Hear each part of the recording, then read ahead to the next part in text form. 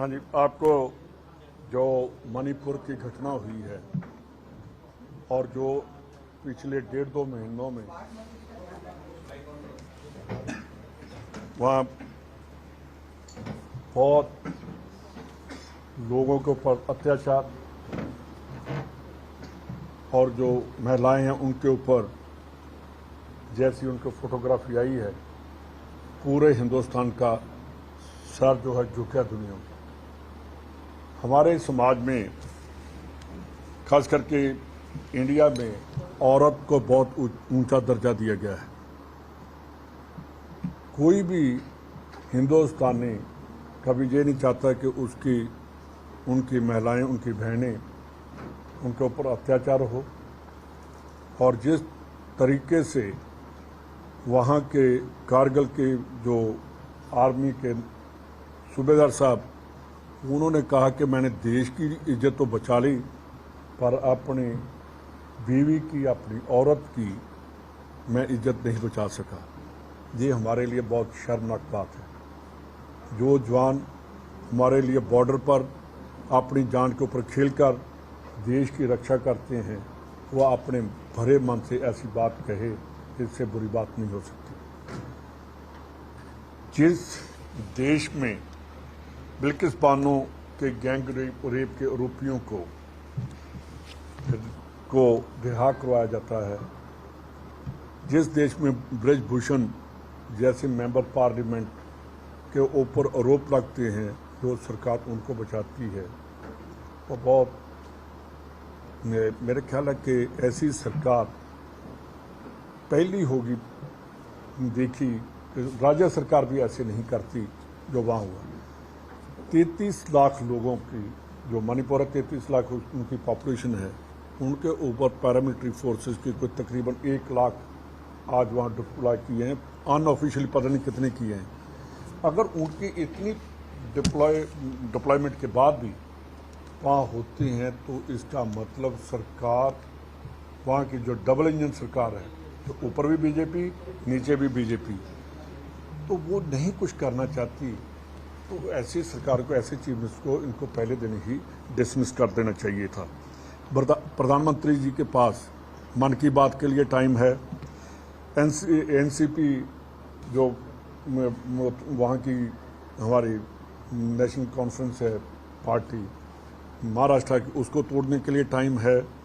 NDA की meeting के लिए टाइम है। चुनावी रैलियों के लिए समय है, पर उनके पास मणिपुर के लिए कोई स्टेटमेंट देने के लिए टाइम नहीं है। वो उस टाइम दिया जब सुप्रीम कोर्ट ने इंटरवीन किया। मणिपुर घटना बहुत शर्मनाक बात है।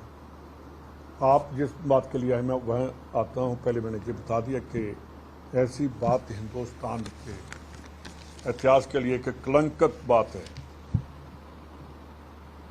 हमारे कल जो मणिपुर के ऊपर बात चल रही थी, क्योंकि राहुल जी आप गए, इनको रोका गया, इनकी गाड़ियां रोक ली, फिर वह कहा गया कि उनके ऊपर जो मणिपुरी हैं, उन्होंने उनको अंदर आने नहीं दिया। फिर लाइव जो वहाँ मोबाइल पर आई बात कि वहाँ के लोगों ने आगे होकर बताया कि हमारे साथ क्या बदसलूकी हो रही है, कैसे हमें तशद्दुद किया जा रहा है हमारे ऊपर।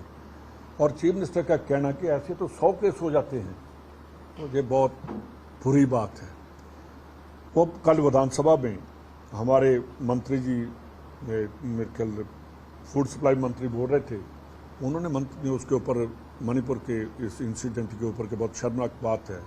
तो हमारे एक मंत्री जी, उन्होंने उठकर कहा कि मणिपुर को छोड़िए, राजस्थान की बात करिए, जैसी उनकी भाषा थी। और साथ ही साथ नेता जो अपोजिशन के, प्रतिपक्ष के नेता हैं, उनका उसी टाइम रिएक्शन आना और विद उनके ऊपर के कौन सी धारा में ये लागू होता है, और साथ कहना कि कैबिनेट में जो उन्होंने सबसे बड़ी बात की, कैबिनेट का मंत्री, राज्य मंत्री खड़ा होकर स्टेटमेंट देता है, इसका मतलब कि वो बिल्कुल स्टेट के गवर्नमेंट के साथ नहीं है। पहले भी 3-4 बार ऐसे हुआ, और मैंने भी उनके साथ बात की थी कि ऐसी नहीं आनी चाहिए, पर उन्होंने अपने आप को नहीं सुधारा। एक बार नहीं 2 बार मैंने बात की तो कहने लगे अब आइंदा नहीं होगा, मैं पार्टी के साथ चलूंगा। उसके बाद जो हुआ, देखिए मणिपुर की जो घटना है बहुत एक हीनियस क्राइम है, वो अत्याचार है वहाँ हो रहा।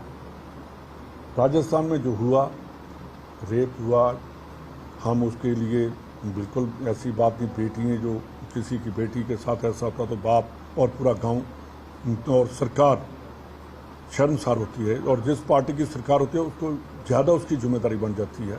हमने उसके ऊपर एक्शन भी कर रहे हैं और करेंगे भी, और सख्ताई से करेंगे। मेरे को एक बात है कि जो पार्टी में इनडिसिप्लिन करेगा, बहुत देख लिया, बहुत इनडिसिप्लिन देख लिया।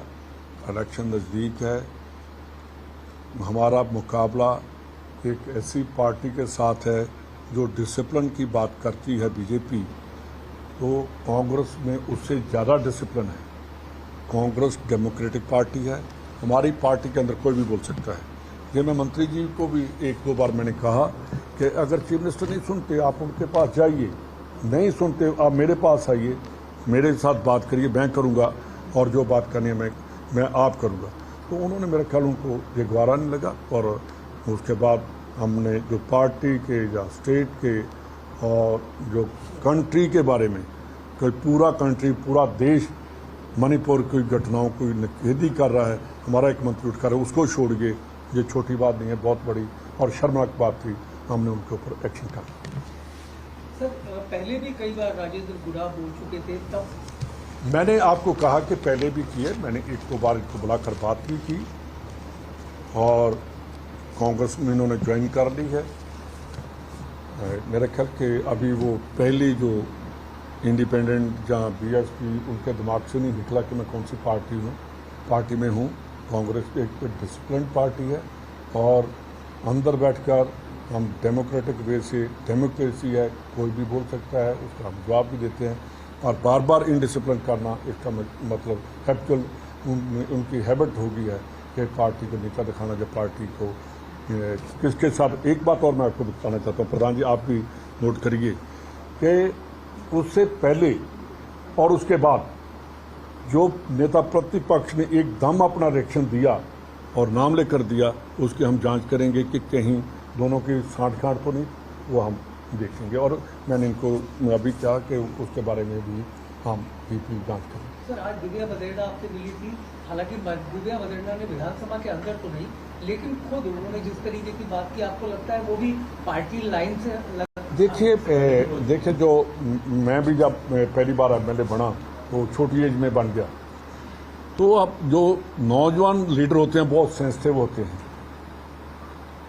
तो उनके एरिया की बात थी, उनके जो सेंटिमेंट्स थे उन्होंने अपने जाहिर किए, और उन्होंने कभी भी पार्टी के अगेंस्ट बात नहीं की। और एक बात, मदेरणा का परिवार कांग्रेसी परिवार है, और उसने कभी ऐसा पार्टी के अगेंस्ट कोई बात नहीं की जो उनके ऊपर मैं कहूँ कि आपने की बात करते। हाँ, उनके मन की बात है, उनको हर्ट हुआ तो उन्होंने अपना, इसलिए मैंने कहा कि कांग्रेस पार्टी बड़ी खुली किताब है, कोई भी कह सकता है कि मेरे साथ ये जाति हो रही है, मेरे वर्कर के साथ हो रही है, अध्यक्ष जी के अगर एरिया में होगी तो ये भी उसके साथ बैठेंगे।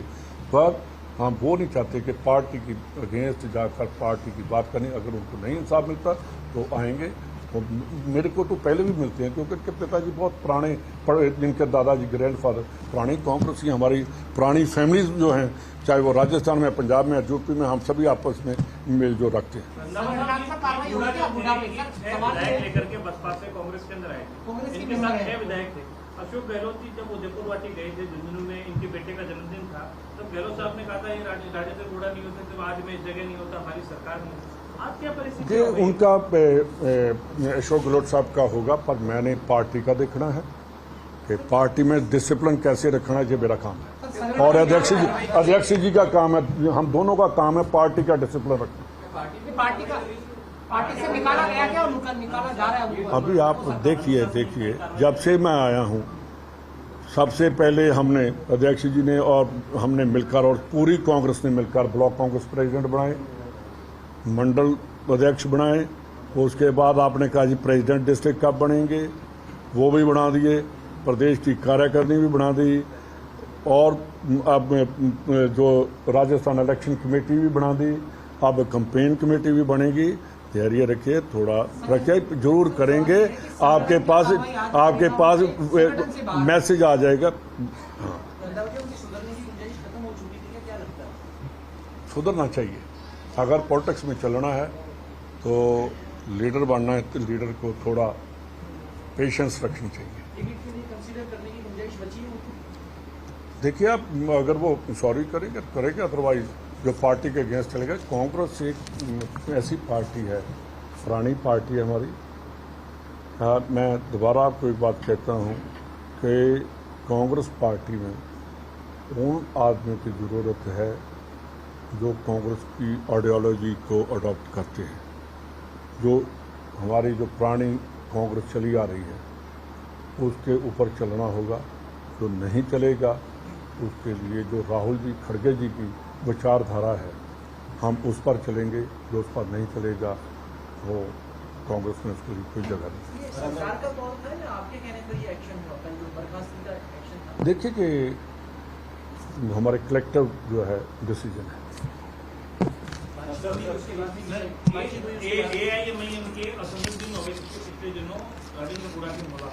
आप एक बात कह रहे हैं, मैं जब से मेरे टाइम में 5, 7, 8 बार ऐसा हो गया है तो अगले आदमी को सुधरना चाहिए। जो हमारी पार्टी के जो ऐसी बात करते हैं उनके साथ बैठना हमारे लिए ठीक नहीं है। बाकी जो बसपा से आए हुए विधायक हैं वो रहेंगे पार्टी के साथ, तो उनको कोई प्रॉब्लम ही नहीं है। लेकिन उनको कोई प्रॉब्लम ही नहीं है। अगर होती तो कल इनके साथ ना बैठते वो।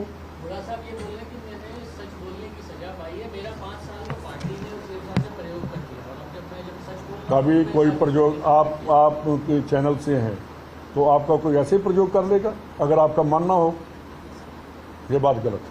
सर एक सवाल है उनके खिलाफ जो बुढ़ा साहब ने जो बोला, सर बुढ़ा साहब ने जो बोला उससे ज्यादा तो सचिन पायलट ने किया सर, पार्टी के खिलाफ बगावत की और उसके अलावा सर उन्होंने मोर्चा खोल दिया, उन्होंने पैदल यात्रा निकाली। उनके साथ तो समझाइए। मेरी बात सुनिए, उन्होंने पार्टी में रहकर पार्टी की बात की सचिन पायलट। मैं नहीं समझता कि उन्होंने कोई गलत बात की।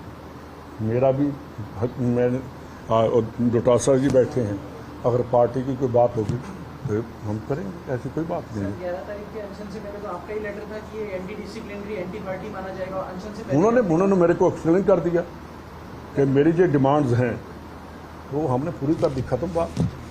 Thank you. इससे क्या पार्टी को नुकसान होगा? देखिए कांग्रेस बहुत बड़ी। तो प्रदेश कांग्रेस प्रभारी सुखजिंदर सिंह रंधावा की प्रेस वार्ता आप सुन रहे थे। प्रेस वार्ता के दौरान उन्होंने कई मुद्दों पर बेबाकी से अपनी बात रखी, लेकिन सबसे बड़ा मुद्दा देखिए मणिपुर के बारे में तो उन्होंने कहा कि इसमें डबल इंजन की सरकार का फेलियर रहा है, लेकिन बावजूद इसके कि उस पर ध्यान दिया जाए। राजेंद्र गुढ़ा जिन्हें मंत्री पद से बर्खास्त किया गया है, इसके बाद भी उनके बयानबाजी थमने का नाम नहीं ले रही और कहीं ना कहीं प्रदेश प्रभारी सुखजिंदर सिंह रंधावा ने आज इस प्रेस कॉन्फ्रेंस के जरिए उनको भी जवाब दिया। उन्होंने कहा कि लगातार उनसे बातचीत की जा रही थी। वो कह रहे थे कि अगर कोई परेशानी है, अगर कोई भी तकलीफ है तो उन तक पहुंचे और उन्हें बताएं कि परेशानियां आखिर क्या है, लेकिन बावजूद इसकी उन तक पहुंचे नहीं और फिर कभी मीडिया के सामने, कभी विधानसभा जैसी प्रतिष्ठित जगह पर सरकार के विरुद्ध इस तरह की बातें, जबकि मणिपुर में ज्यादा स्थितियां खराब है और मणिपुर की स्थितियां एक्सेप्शनल है, बावजूद उसके उन पर बात करने से बचते रहे और इसके बाद उन्होंने तमाम सारी चीजों पर अपने जवाब इस प्रेस वार्ता के दौरान दिए। हमने हमारे नेता राहुल गांधी जी और माननीय मल्लिकार्जुन खड़गे साहब को आमंत्रित किया है कि हमारे आदिवासी भाइयों के बीच में हम लोग जो विश्व आदिवासी दिवस है 9 अगस्त को, वो हम लोग मनाने जा रहे हैं। तो हमने रिक्वेस्ट किया है और हमें उम्मीद है कि वो हमारे आमंत्रण को स्वीकार करेंगे, क्योंकि जब भी आदिवासी भाइयों के लिए उनसे रिक्वेस्ट किया गया वो हमेशा उपलब्ध रहे हैं। और जब हमारी बैठक हुई थी तो माननीय राहुल जी ने और खड़गे साहब ने हमको आश्वस्त किया था कि जब भी राजस्थान के लोग याद करेंगे हम लोग आएंगे। तो निश्चित रूप से हम लोग उसकी तैयारी कर रहे हैं और जल्दी ही, क्योंकि हमारा मिशन जनता का प्यार, जनता का दिल जीतना है। मोदी जी का और भाजपा का मिशन है केवल चुनाव जीतना। उनको मुद्दों से कोई मतलब नहीं है, उनको तो अपनी राजनीतिक रोटियां सेकने से मतलब है। तो हम में और उनमें फर्क है। चुनावी साल है, सब लोग आएंगे करेंगे, लेकिन उनका केवल और केवल उद्देश्य है, चाहे मणिपुर जल रहा है, लेकिन उनका ये है कि हमको इन 4-5 स्टेट्स में कैसे जीत हासिल हो। और बौखलाहट में चाहे जैसे भी देश के प्रधानमंत्री और अन्य बीजेपी के बड़े नेता बोल रहे हैं, क्योंकि उनको लग रहा है कि छत्तीसगढ़ में, मध्य प्रदेश में और तेलंगाना में और राजस्थान में और मणिपुर 4-5 स्टेट में जो है वो उनमें कोई बीजेपी नहीं जीत रही है। तो ऐसे में मैं समझता हूं कि हम सब लोग मिलकर के और आदिवासी भाइयों की जो उनके साथ उनका दिवस सेलिब्रेट भी करेंगे। और देश के प्रधानमंत्री ने जब मानगढ़ में वहां पर आए थे तो जानबूझ करके उनके लिए जो राष्ट्रीय स्मारक घोषित करने की मांग थी वो पूरी नहीं की। और वो इसलिए नहीं की कि हमारे प्रदेश के मुख्यमंत्री आदरणीय अशोक गहलोत जी ने ये मांग कर ली, तो उससे विचलित होकर के उन्होंने वो नहीं की। तो मैं समझता हूं कि उनका केवल और केवल मैसेज देने का और चुनाव जीतने की राजनीति है, इसके अलावा कुछ भी नहीं है। अभी 27 तारीख को कह रहे हैं सीकर में आ रहे हैं।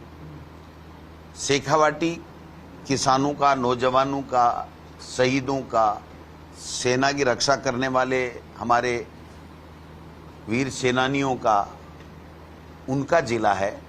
शिक्षा के क्षेत्र में महिला शिक्षा अव्वल है। ऐसे जिले में आ रहे हैं और उन किसानों के आक्रोश को वो कैसे नकार सकेंगे, मेरे समझ से परे है कि जो 3 काले कानून लाकर के 700 किसानों की हत्या का आरोप एक तरीके से उनके ऊपर लगा हुआ है कि 600 किसान शहीद हो गए उस 3 काले कानूनों का विरोध करते करते। और जो अग्निपथ और अग्निवीर जो फौज में जाकर के